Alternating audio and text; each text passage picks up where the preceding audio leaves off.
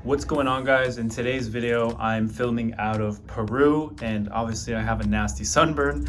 But in today's video, I'm just going to be talking about 3 things that you should have in order before you go about launching your NFT collection. If you don't have these 3 things, it makes it a lot harder to have a successful launch and a successful mint. So let's get into it. All right, so first, let's actually understand what an NFT is. NFTs stands for non-fungible token, and you can think of an NFT as a digital receipt that proves you own a certain digital item. Now, along with that is the idea of digital scarcity. An example of this is CryptoComix. If there's 10,000 of these CryptoComix and you own number 785 out of 10,000, you show this off to your friends and whatnot, you just paid $300,000 to own this NFT. The value in that is that you actually own it and it's proven on chain. You own the authentic one, you own the unique one-of-one NFT, and it's proven all on the Ethereum blockchain and associated with your wallet address. Now, the counter argument to this is always like, oh, I just screenshotted it, now I have your NFT. Well, sure, you screenshotted it, but now go try to sell it.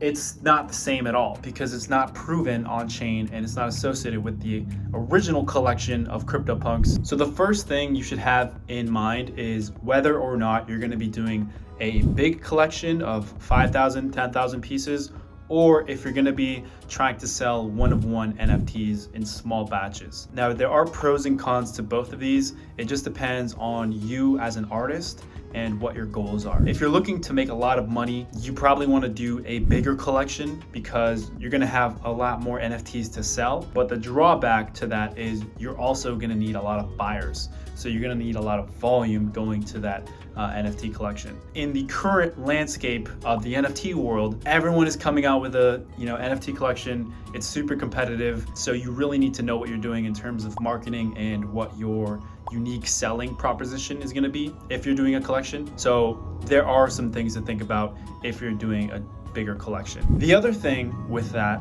is how are you going to actually make the art?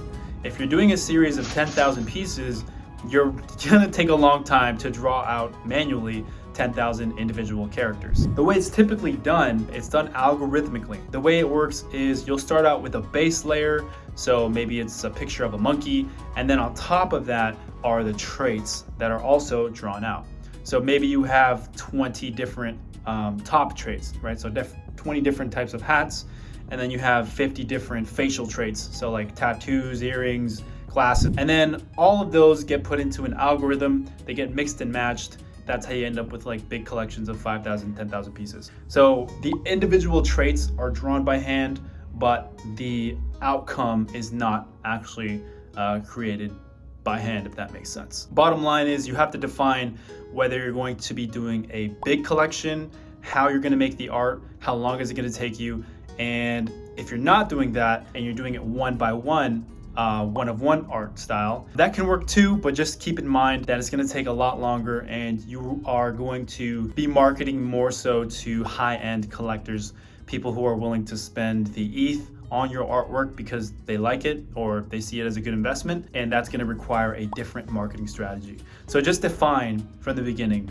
which of the two you're going to be looking at. The second thing you need if you're making an NFT collection is a significant online audience. If you don't have people listening to you, if you don't have an audience, you're gonna have to start from scratch. There are a lot of ways that people and projects try to bootstrap this or try to get a leg up on this, right? So the most common ways are giveaways, paying influencers to promote or tweet about your project, doing whitelist giveaways, all types of giveaways, all types of shout outs. All that stuff works, but just keep in mind it could cost you a lot of money, and it's not really the best form of marketing because your community isn't being organic. They're only following you or they're only retweeting your stuff because they want a spot on the whitelist. They want that giveaway. It's short-term incentives, and it's not really a good way to build a strong foundation of a community.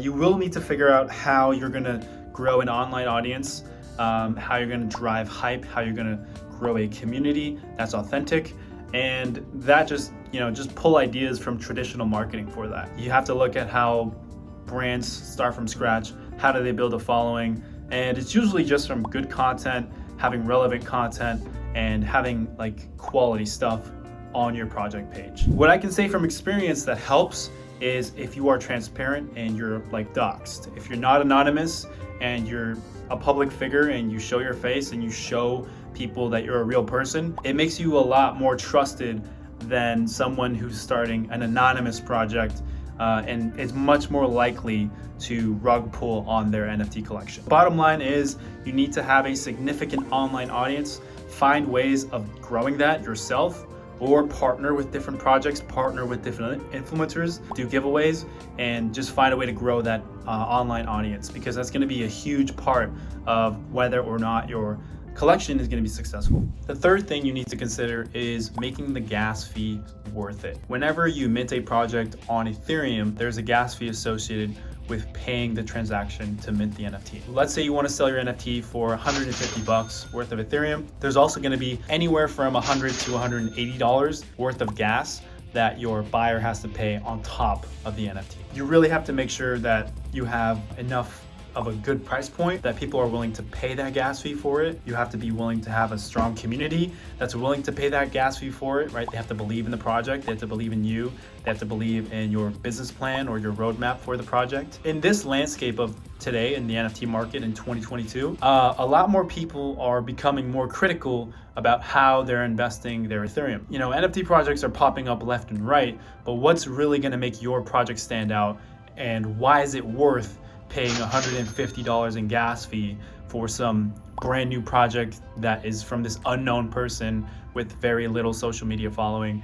You know, so you have to keep in mind that this is all going on in the buyer's head. So just make sure that the price point of your NFT justifies the cost of the gas fee, and that you have a plan for it after it goes live. So those are all my points for today's video. If you found this helpful, give me a thumbs up, consider subscribing, drop a comment on what you'd like covered next. And if you have any other questions, you can drop that below as well, and I'll cover it in a future video.